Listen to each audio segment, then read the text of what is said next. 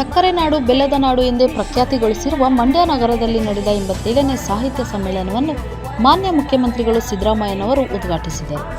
87ನೇ ಅಖಿಲ ಕರ್ನಾಟಕ ಸಮ್ಮೇಳನ ಭಾರಿ ಅದ್ದೂರಿಯಿಂದ ಕಲಾಮೇಳ, ಸಂಗೀತ, ಸಾಹಿತ್ಯ ಎಲ್ಲವನ್ನೂ ಒಳಗೊಂಡಿತ್ತು. ಉತ್ತಮ ಸಾರಿಗೆ ವ್ಯವಸ್ಥೆ, ಊಟದ ವ್ಯವಸ್ಥೆ, ವಸತಿ ಎಲ್ಲವೂ ಕೂಡ ವ್ಯವಸ್ಥಿತವಾಗಿತ್ತು. ದೇಶ ವಿದೇಶಗಳಿಂದ ಬಂದಿದ್ದ ಅಭಿಮಾನಿಗಳು, ಅಧಿಕಾರಿಗಳು ಸಂತಸವನ್ನು ವ್ಯಕ್ತಪಡಿಸಿದರು.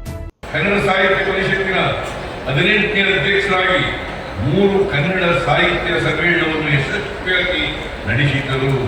ಈ ಅವಧಿಯಲ್ಲಿ ಅನೇಕ ಮೌಲಿಕ ಗ್ರಂಥಗಳನ್ನು ಪ್ರಕಟಿಸಿದ್ದಾರೆ. ಕರ್ನಾಟಕ ಪ್ರಗತಿಪಥ, ಸಾಕ್ಷಿಕಲ್ಲು, ಬಾಗೂರು ನಾಗಮ್ಮ, ರಾಮಗೀತೆಗಳು, ಕರ್ನಾಟಕ ಜಾನಪದ ಕಲೆಗಳು ಹೀಗೆ ಹಲವಾರು ಸಾಹಿತ್ಯ ಕೃತಿಗಳನ್ನು ರಚಿಸಿದ್ದಾರೆ. ನಮ್ಮ ಭಾಷೆ, ನಮ್ಮ ಸಂಸ್ಕೃತಿ ಪರಂಪರೆಗಳನ್ನು ಪ್ರತಿನಿಧಿಸುತ್ತದೆ. ವಿಶ್ವವೇ ಜಾಗತಿಕ ಹಳ್ಳಿಯಾಗಿ ಪರಿವರ್ತಿತವಾಗಿರುವ ಈ ಸಂದರ್ಭದಲ್ಲಿ ನಾವು ನಮ್ಮ ಕನವನ್ನು ಉಳಿಸಿಕೊಳ್ಳುವ ಅಗತ್ಯತೆ ಹಿಂದಿನಗಿಂತಲೂ ಈಗ ಹೆಚ್ಚಿದೆ. ಮಾತ್ರ ಅಲ್ಲ, ಇದು ಕನ್ನಡ ಭಾಷೆಯ ಸಂಸ್ಕೃತಿ, ಆಚಾರ ವಿಚಾರಗಳನ್ನು ಮತ್ತು ನಮ್ಮ ಪುಟ್ಟ ಉಪಚಾರಗಳನ್ನು ಅಥವಾ ಉಡುಪುಗಳನ್ನು ಇದನ್ನು ಪರಿಚಯಿಸುವಂತಹ ಮತ್ತು ಭವಿಷ್ಯದ ಯುವ ಜನಾಂಗಕ್ಕೆ ಮತ್ತು ವಿದ್ಯಾರ್ಥಿ ಸಮುದಾಯಕ್ಕೆ ಇದನ್ನು ವರ್ಗಾಯಿಸುವಂತಹ ಒಂದು ದೊಡ್ಡ ಮಟ್ಟದ ಟ್ರಾನ್ಸ್ಫಾರ್ಮೇಶನ್ ಪ್ರೋಗ್ರಾಮ್ ಅಂತ ಹೇಳಲಿಕ್ಕೆ ನಾನು ಬಯಸ್ತೇನೆ.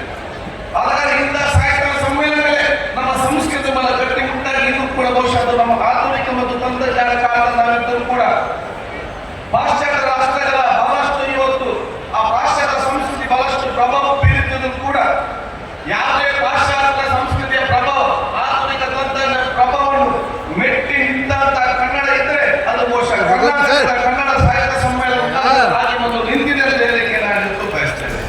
ಉಸ್ತುವಾರಿ ಸಚಿವ ಚೆಲುವರಾಯಸ್ವಾಮಿ ಅವರ ನೇತೃತ್ವದಲ್ಲಿ ಕಾರ್ಯಕ್ರಮ ಅದ್ದೂರಿಯಾಗಿ ನಡೆದಿದ್ದು, ಈ ಸಂದರ್ಭದಲ್ಲಿ ಶಾಸಕರಾದ ರವಿಕುಮಾರ್ ಗಣಿಗ, ನರೇಂದ್ರ ಸ್ವಾಮಿ, ಬಾಬು ಬಂಡಿ ಸಿದ್ದೇಗೌಡ, ಎಂಎಲ್ಸಿಗಳಾದ ಮಧು ಮಾದೇಗೌಡ, ದಿನೇಶ್ ಗುಳಿಗೌಡ, ವಿವೇಕಾನಂದ ಮತ್ತು ಜಿಲ್ಲಾ ಆಡಳಿತ ಅಧಿಕಾರಿ doctor Kumar, SP Mallikarjun Baladandi, KH Muniyappa, ಸಭಾಪತಿಗಳಾದ ಯುಟಿ ಖಾದರ್ ಮತ್ತು ಹಲವು ಗಣ್ಯರು ಭಾಗವಹಿಸಿದ್ದರು. ವರದಿ ನಟರಾಜ್ ಜೆಟ್ಟಿ, ಮಂಡ್ಯ. ಎಂಡು ನ್ಯೂಸ್ ನೆಟ್ವರ್ಕ್, ಸತ್ಯದ ಕನ್ನಡಿ.